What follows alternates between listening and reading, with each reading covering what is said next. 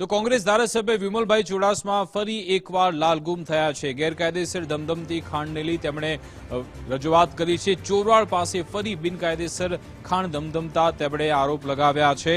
આવી બિનકાયદેસર ખાણો બંધ કરવા તેમણે ચીમકી આપી। ખનિજ અધિકારી ગાંધીનગર કમિશનર સામે તેમણે આરોપ લગાવ્યા। તેમણે કહ્યું કે બંધ ખાણો ફરી શરૂ થતા મિલીભગત થઈ રહી છે। ચોરવાડ કુકસવાડા રોડ પર ખાણ ધમધમતી હોવાનો તેમણે દાવો કર્યો છે।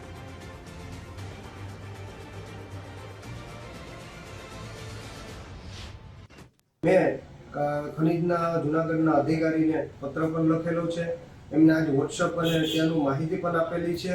એને સંપૂર્ણ માહિતી આપેલી છે જૂનાગઢ જિલ્લાના મુખ્ય ખનીજના અધિકારીને અને તમામ અધિકારીઓને આપેલી છે। પણ એનો મતલબ છે કે આજે ફરીથી ધમધમતું ચાલુ થયું, એ જ જગ્યા ઉપર ચાલુ થયું છે। ત્યારે ખનીજ માફિયા સાથે જૂનાગઢ જિલ્લાના ખનીજના અધિકારીઓ મળેલા છે, એ સાબિત થાય છે અને એના હપ્તાથી તે ચાલુ થાય છે। અને જ્યારે પણ એ આપતા હોય ત્યારે આ ખનીજના અધિકારીઓ આવતા હોય ત્યારે ખનીજના અધિકારી આ ખનીજના માફિયાને જાણ કરી દેતા હોય એટલે 607/4/2 માં આજે તે ખનીજ માફિયા દ્વારા ખનીજ ચોરી ચાલુ કરવામાં આવી છે।